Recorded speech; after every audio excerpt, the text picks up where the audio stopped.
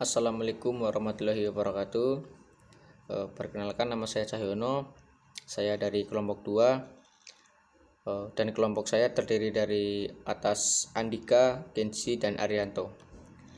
Di sini saya akan mempresentasikan hasil dari diskusi kelompok kami yang telah kita bahas dari 2 minggu yang lalu, yaitu terkait dengan permasalahan hukum, hak penduduk atas pekerjaan dan penghidupan yang layak.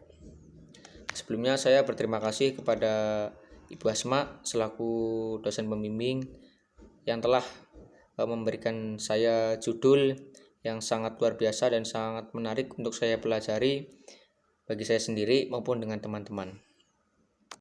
Oke, untuk memperlancar presentasi dari kelompok kami, saya dan kelompok saya membagi menjadi beberapa bagian. Yang pertama, saya menjadi moderator yang nantinya akan mengatur jalannya presentasi dari kelompok ini. Dan saya pun menunjuk 3 pemateri, yaitu yang pertama Andika sebagai pemateri pertama, Kenzi sebagai pemateri kedua, dan Arianto sebagai pemateri ketiga. Oke, untuk mempersingkat waktu, langsung saja mari kita dengarkan dari pemateri 1 akan menjelaskan terkait dengan latar belakang terjadinya permasalahan hukum hak penduduk atas pekerjaan dan penghidupan yang layak. Untuk Mas Andika sebagai pemateri pertama, untuk waktu dan tempat saya persilahkan untuk menjelaskan. Hak dan kewajiban merupakan sesuatu yang tidak dapat dipisahkan, akan tetapi terjadi pertentangan karena hak dan kewajiban tidak seimbang.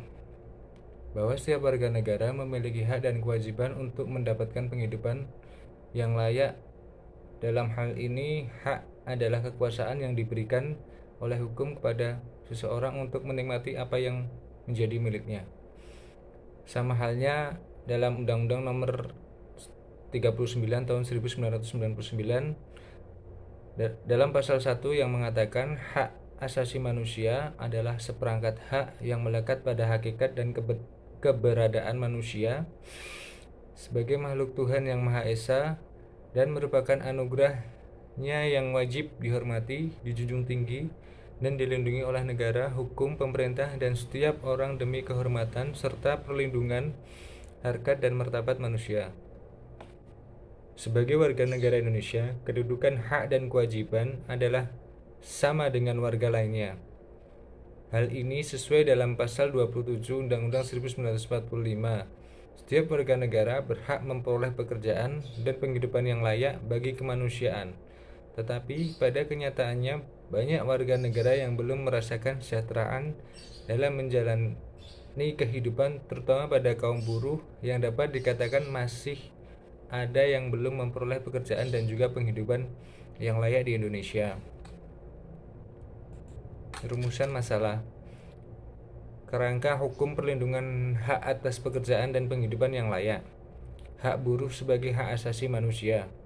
Analisis atas kasus-kasus pelanggaran atas hak pekerjaan dan penghidupan yang layak. Studi kasus hak buruh. Pasal 27 ayat 2 Undang-Undang Dasar 1945 yang berbunyi hak atas pekerjaan dan penghidupan yang layak. Tiap-tiap warga negara berhak atas pekerjaan dan penghidupan yang layak bagi kemanusiaan. Dari pasal 27 ayat 2 Undang-Undang Dasar 1945 dapat diketahui bahwa setiap warga negara Indonesia memiliki hak atas pekerjaan dan juga penghidupan yang layak untuk setiap warga negaranya. Karena pekerjaan merupakan sumber penghasilan yang sangat penting bagi seorang untuk memenuhi kebutuhan hidup bagi dirinya dan keluarganya. Dan melalui pasal tersebut dapat dikatakan bahwa ketentuan tersebut dapat memberikan jaminan untuk warga negara memperoleh pekerjaan dan penghidupan yang layak. Oke, terima kasih untuk Mas Andika atas penjelasannya. Selanjutnya mari kita dengarkan dari pemateri kedua, yaitu Kenzi. Untuk waktu dan tempat saya persilahkan.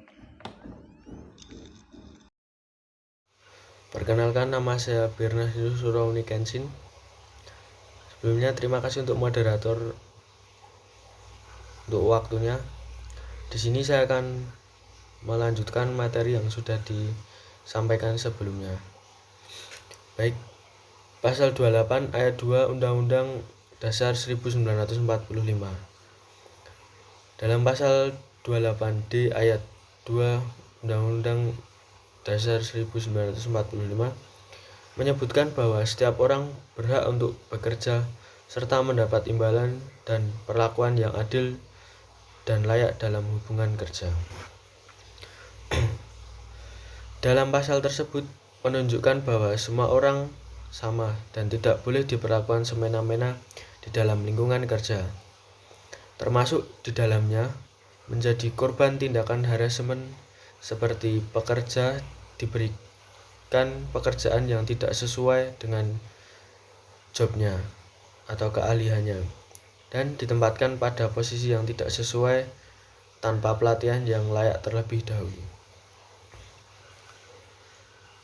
Selanjutnya, dalam Undang-Undang Nomor 13 Tahun 2003 tentang Ketenagakerjaan, hubungan ketenagakerjaan mengatur tentang segala hal yang berhubungan dengan tenaga kerja pada waktu, sebelum, selama, dan sesudah kerja.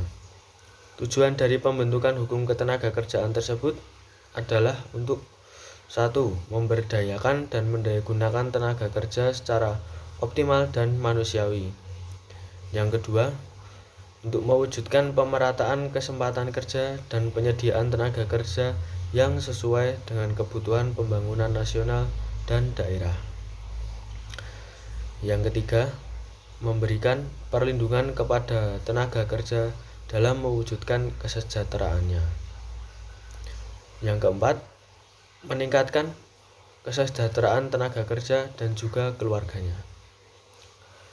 Selanjutnya, Undang-Undang Nomor 39 Tahun 1999. Dalam Undang-Undang Nomor 39 Tahun 1999 tentang HAM juga menjelaskan terkait perlindungan kerja untuk para pekerja yang ada di Indonesia, yang ada pada pasal 38. Ayat 1, setiap warga negara sesuai dengan bakat, kecakapan, dan kemampuan berhak atas pekerjaan yang layak.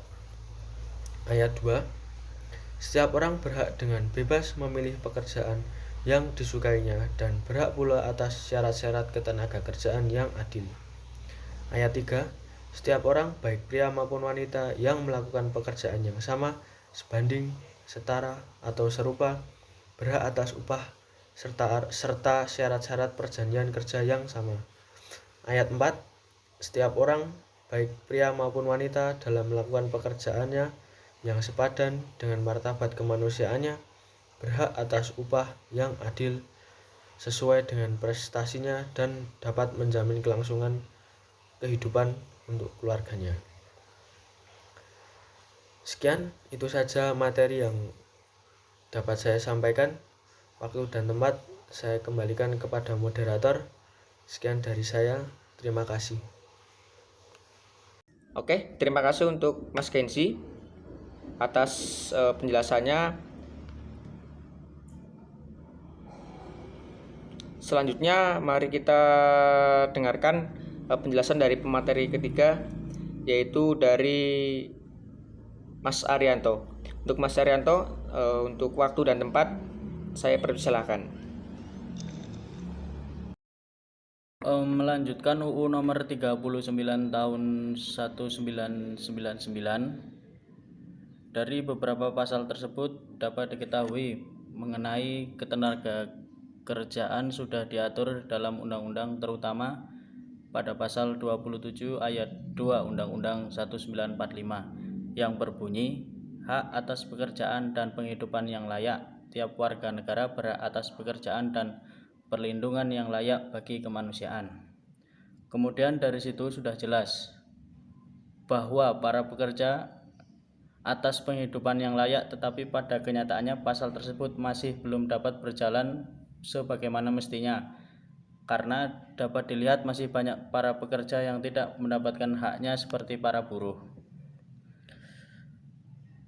Kemudian dalam Undang-Undang Nomor 39 Tahun 1999 tentang HAM yang menjelaskan terkait perlindungan kerja untuk para pekerja yang ada di Indonesia, dapat dilihat bahwa buruh yang ada di Indonesia terutama sebagai pekerja sudah mendapatkan perlindungan terkait pekerjaan yang mereka kuasai.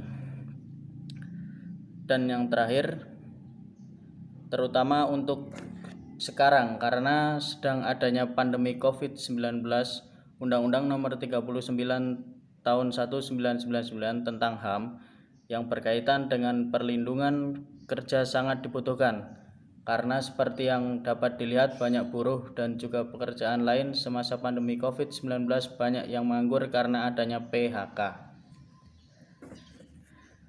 Dari semua uraian di atas, adanya kesimpulan bahwa dari penjelasan yang ada tersebut dapat disimpulkan sebenarnya undang-undang yang telah ada di Indonesia tentang ketenagakerjaan sudah baik.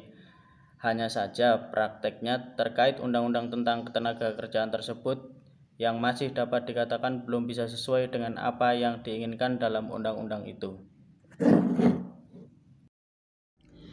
Oke, terima kasih untuk Mas Haryanto sebagai pemateri terakhir.